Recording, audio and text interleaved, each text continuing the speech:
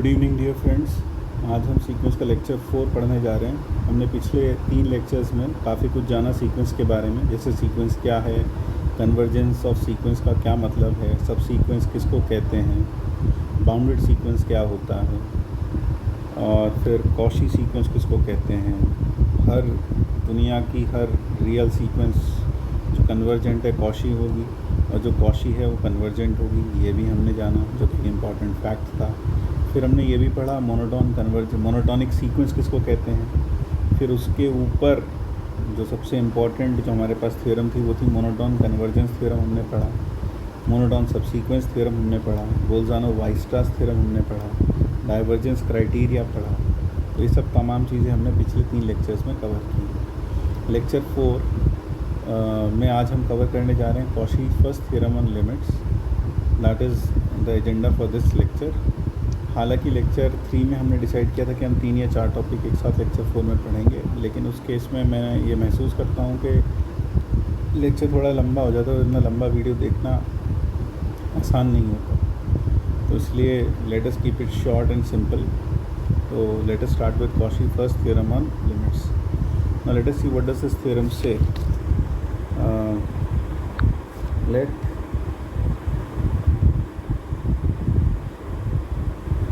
an be a sequence of real numbers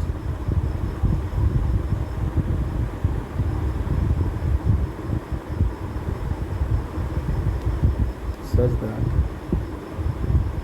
an converges to L,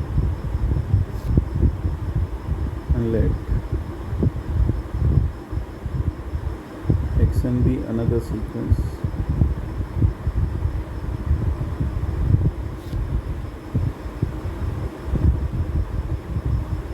defined by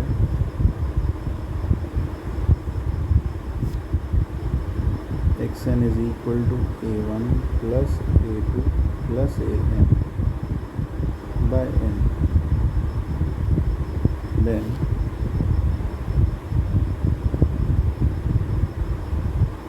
xn converges to L.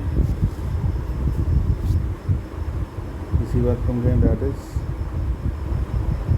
If an converges to L, then a1 plus a2 plus an by n also converges to L. So that is what this theorem says. So according to this theorem, if an converges to L, then the sequence of the arithmetic mean of its first n terms also converges to the same limit L. xn कैसा sequence है, उसकी first n terms का arithmetic mean को लेकर जो sequence बना वो xn, यानी कि xn का पहला टर्म x1 जो होगा that will be a1, x2 जो होगा वो होगा a1 प्लस a2 बाई 2, शुरू की 2 टर्म्स का मीन, x3 होगा a1 plus a2 plus a3 by 3, x4 होगा a1 plus a2 plus a3 plus a4 by 4। इस तरह से करके आप पूरा सीक्वेंस लिख लेंगे xn, यानी xn उसकी टर्म्स का अरिथमेटिक मीन। तो हम पाते हैं अगर an L को कन्वर्ज करता है, if an converges to L then xn will also converge to L। That is what Cauchy first theorem says on limit. So now let us prove this theorem. तो देखते हैं।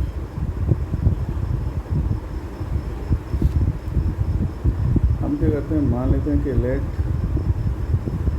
an minus L is equal to bn, that is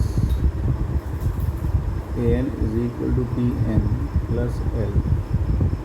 As an tends to L, this implies bn tends to 0. We need to show what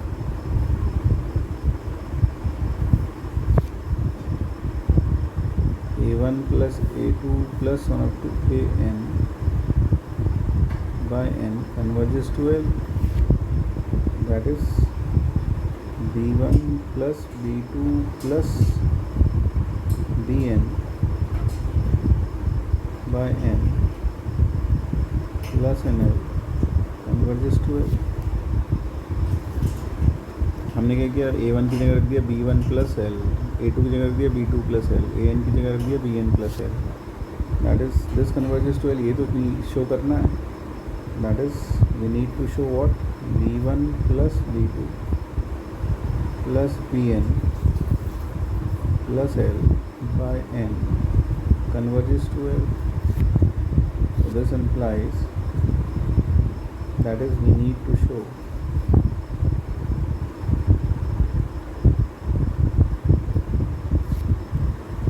B1 plus B2 plus Bn by N converges to 0. ये show करना है हमें। So now let us prove that this converges to 0. ठीक है।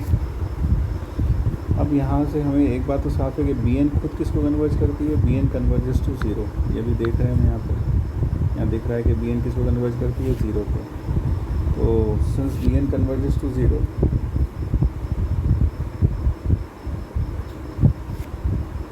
implies for any given epsilon greater than 0 there exists a natural number m such that mod of Bn is less than epsilon for all n greater than m। सही बात है। तो ये important बात हो गई, इसको हम संभाल के रखेंगे। For all n greater than m Bn is less than epsilon. Also एक चीज़ और, क्योंकि Bn कैसा सीक्वेंस है, bounded, sorry convergent, also Bn converges to 0। या मैं आपको आपकी जानकारी के लिए यहाँ लिख दूँ, हमें एक चीज़ पहले से मालूम है, since every convergent sequence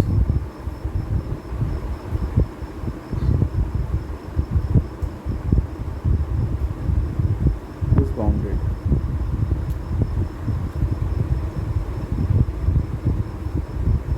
this implies there exists capital M greater than 0 such that mod of Bn is less than m for every n belonging to natural number। क्योंकि बाउंडेड है, कन्वर्जेंट है, तो कन्वर्जेंट है तो Bn भी bounded होगा, Bn bounded होगा, यानी एक m ऐसा मिलेगा जिसके लिए Bn हमेशा m से छोटा होगा। अब हमारे पास दो हथियार हैं, दो चीज़ें हैं यूज़ करने की। ये दोनों चीज़ें हम यहाँ, एक तो ये और एक ऊपर, ठीक है। इन दोनों को यूज़ करते हुए हम शो करेंगे कि B1 plus B2 plus Bn by n की जो लिमिट आएगी वो 0 आएगी। Now what we can say is mod of B1 plus Bn by n is less than equal to mod of B1 plus mod of B2 plus mod of Bn by n। ऐसे कह सकते हैं। So this is mod of B1 plus B2 plus Bn by n is less than equal to, n थोड़ा हम large चुनेंगे, ठीक है, और ऐसा चुनेंगे m1 उसके रास्ते में आ जाए। तो यहाँ पर हम कह सकते हैं कि B1 plus mod B2 plus mod Bn plus mod Bm plus 1 plus mod Bm plus 2 plus mod Bn तक, दिस होल बाय n। अब आप यहाँ पर दोनों चीज़ें जो हमने ऊपर अंडरलाइन की थी, दोनों उड़ेल दो एक साथ।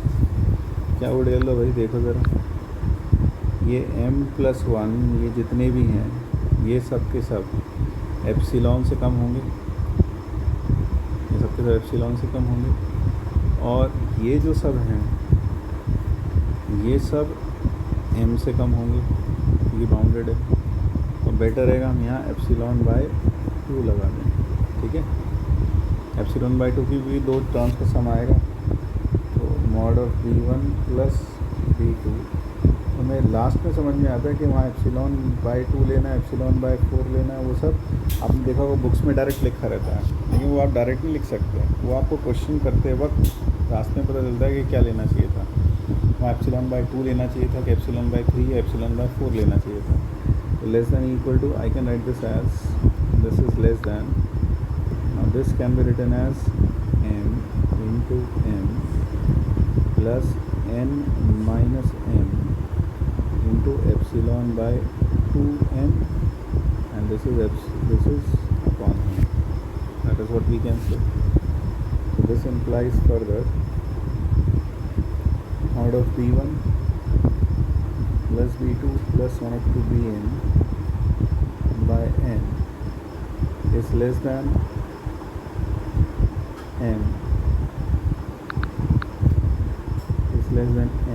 in capital N by n plus 1 minus m by n into epsilon by 2. अब आप ये देखें कि जो क्वांटिटी है, कौन से वाला क्वांटिटी, मैं इस क्वांटिटी की बात कर रहा हूँ, ये क्वांटिटी 1 से कम है. This is further less than N M by N plus epsilon by 2. इसकी value b1 plus b2 plus bn by n is less than this. अब हम क्या कर सकते हैं, यहाँ पर ये m है, दिस इज एन m. अब क्या करें, choose m such that m into m upon n is greater than, is less than epsilon by 2. इससे छोटा. n को बढ़ाते चले जाओ तो ये 0 की तरफ जाएगा, तो n को इतना बढ़ाओगे ये एप्सिलॉन बाय 2 से छोटा हो जाएगा. That is n greater than n will be greater than 2m capital M by epsilon. Let मान लेते हैं p natural number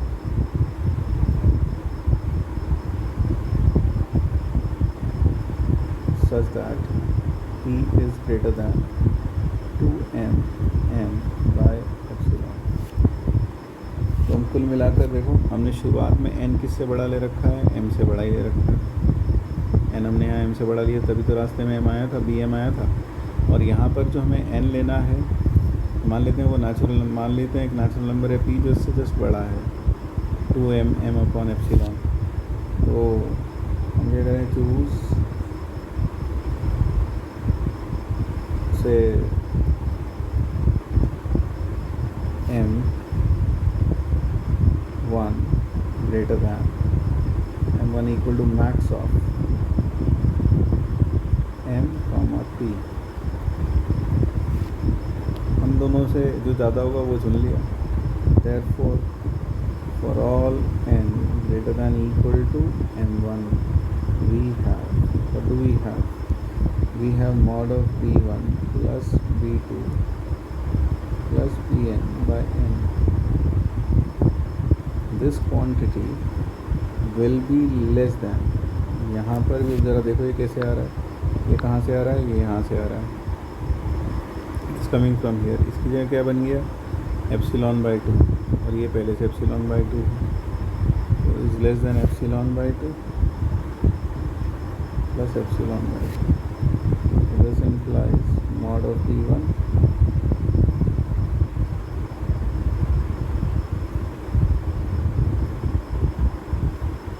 this implies b1 plus b2 plus bn by n converges to 0. So that proves Cauchy's first theorem on limits. अब यहाँ पर हमने क्या पढ़ा कि अगर कोई सीक्वेंस an है और उसकी लिमिट l है, तो उसके अर्थमेटिक फर्स्ट n टर्म्स के अर्थमेटिक मीन्स को लेकर जो नया सीक्वेंस बनेगा वो भी उसी लिमिट l को कन्वर्ज करेगा. अब क्या इसका कन्वर्स भी ट्रू है? नहीं, इसका कन्वर्स ट्रू नहीं है. तो कन्वर्स ऑफ, यहाँ एक इम्पॉर्टेंट बात कि इसका कन्वर्स ट्रू नहीं है.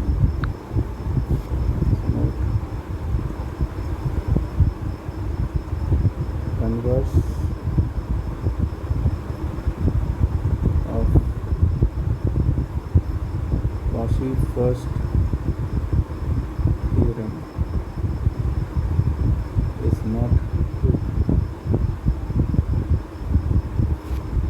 कन्वर्ज। देखो क्यों,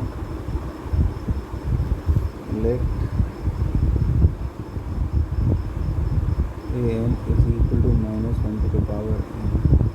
आप जानते हो ये ऑसिलेटरी है, इज नॉट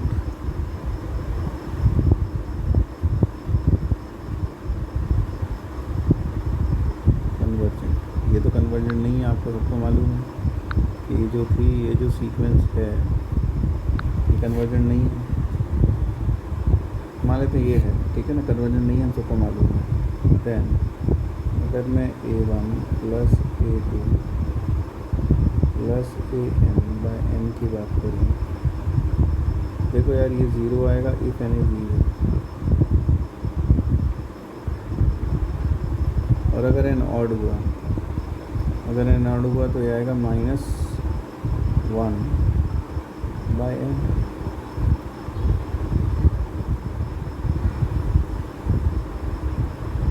तो यहाँ पर मैं दोनों ही सूरत में, मतलब ये मेरे पास ये वाला है, तो यहाँ पर मैं एक चीज़ ये कह सकता हूँ, therefore A1 plus A2 plus AN/n converges to 0। क्यों? n इवन है तब भी 0 जाएगा, n ऑड है तब भी 0 जाएगा, but -1/n which was AN, ये तो कन्वर्ज नहीं करता। ये जो सीक्वेंस है डज नॉट कन्वर्ज। इसका मतलब converse of Cauchy first theorem is not true. यानी कि अगर सीक्वेंस एल को कन्वर्ज करता है तो उसके फर्स्ट n टर्म्स का अरिथमेटिक मीन का जो सीक्वेंस होगा वो भी कन्वर्जेंट होगा और उसी लिमिट को कन्वर्ज करेगा जिसको ओरिजिनल सीक्वेंस कन्वर्ज कर रहा था। लेकिन इसका उल्टा सही नहीं है, यानी कि अगर अरिथमेटिक मीन्स का जो सीक्वेंस है वो कन्वर्ज करता है तो ओरिजिनल जो सीक्वेंस था उसका कन्वर्जेंट होना ज़रूरी नहीं है। चलिए कुछ प्रॉब्लम देखते हैं। Let us try some problems over here. ठीक है, तो पहला first problem says, so the first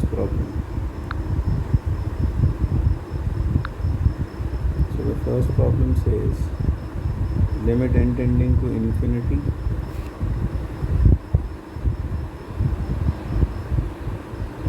अगर आप देखो तो मैं इसका लिख सकता हूँ 1 + 1/2 + 1/3 बाय, देखा जाए ये हमारे पास है एक तरीके से A1 + A2 + A3 + AN/n। This implies AN is equal to 1/n. Now limit n tending to infinity of AN is equal to limit n tending to infinity of 1/n, and that will be 0. So what you can say by Cauchy's first theorem,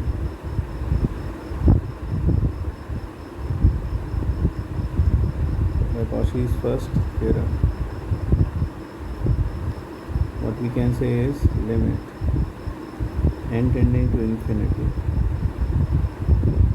of 1 + 1/2 + 1/3 + 1/n by n will also be 0.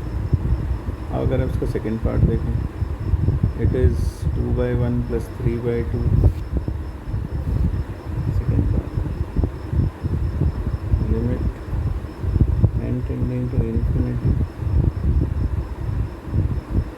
1/n is 2/1 + 3/2 + 4/3 + 1 up to n + 1/n। तो देखा जाए तो फिर से हम इसको क्या लिख सकते हैं, limit n tending to infinity equal to 2/1 3/2 4/3 plus n plus 1/n divided by n. So this is again A1, which is 1 + 1. This is A2, this is 2 plus 1, which is a3, 3 plus 1, this is n plus 1 upon n. So this implies an is equal to n plus 1 upon n. Therefore limit n tending to infinity of an, देखो कितना हो जाएगा, is equal to limit n tending to infinity of 1 plus 1 by n, and this is equal to 1. Therefore again, by Cauchy's theorem, first theorem, what do we have? This limit n tending to infinity of 2 by 1 plus 3 by 2, 4 by 3, n plus 1 by n, और बाहर था 1 by n. इसकी limit भी कितनी हो जाएगी? 1. एक और देखो, third is 1 plus 2 to the power half plus 3 to the power 1 by 3. Limit n tending to infinity 1 by n, 1 plus 2 half, 3 1 by 3, last में n 1 by n. यहाँ से आपको समझ में आता है कि a n क्या है, n to the power 1 by n. और मुझे क्या निकालना पड़ेगा? Limit n tending to infinity of a n, which will be equal to limit n tending to infinity n to the power 1 by n. एक चीज़ ध्यान रखें, इसकी जो लिमिट आएगी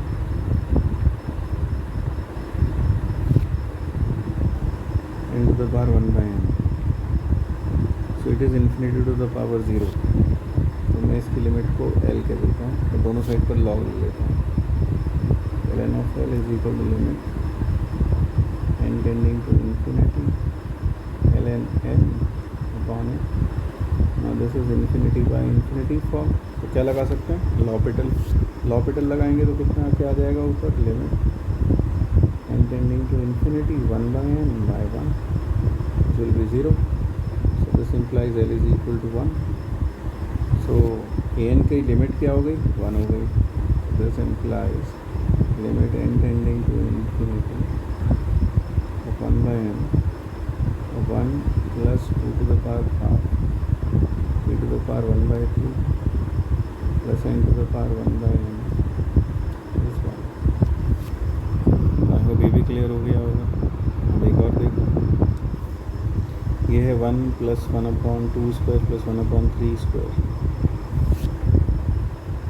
तो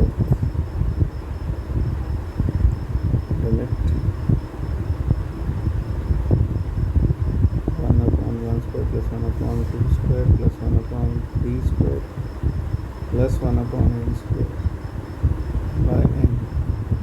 We have to prove that this is equal to 0. And this is again easy. क्या करेंगे? यहाँ आपको देख कर समझ में आता है कि an कितना है? 1 by n, and limit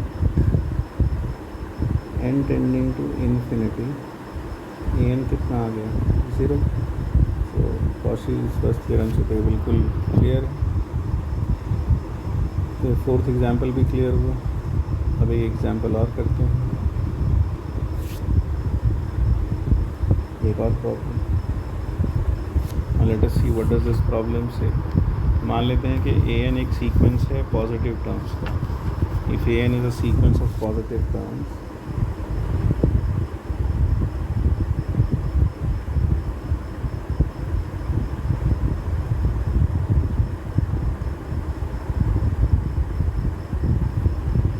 of positive terms. ये लोग इसे कॉशी सेकंड थ्योरम के नाम से भी बुलाते हैं, लेकिन ये कॉशी सेकंड थ्योरम नहीं है.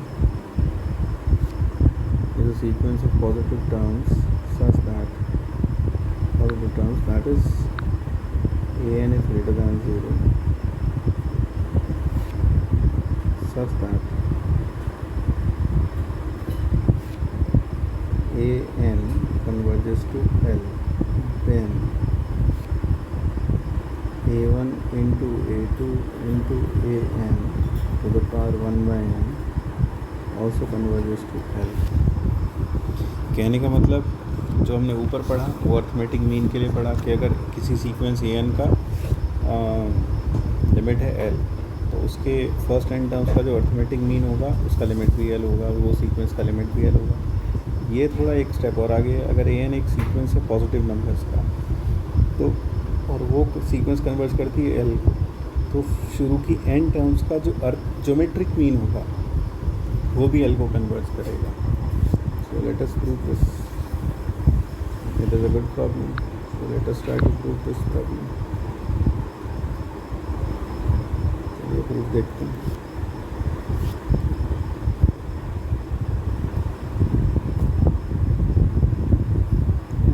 ए एन किसको कन्वर्ज करता है? एल को। This implies L N of A N converges to L N of L, क्योंकि लॉग एक कंटिन्यूस फंक्शन है। अगर ए एन एल को कन्वर्ज करता है तो लॉग ऑफ ए एन किसको कन्वर्ज करेगा? Log of N. Continuous function की प्रॉपर्टी है कि अगर ए एन एक सीक्वेंस है जो एल को कन्वर्ज करती है तो F of A N will converge to F of L.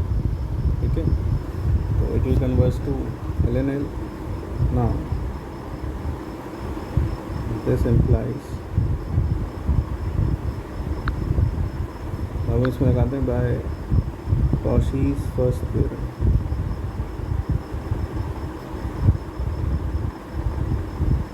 What do we have? Limit n tending to infinity ln of a1 plus ln of a2 plus ln of an by n,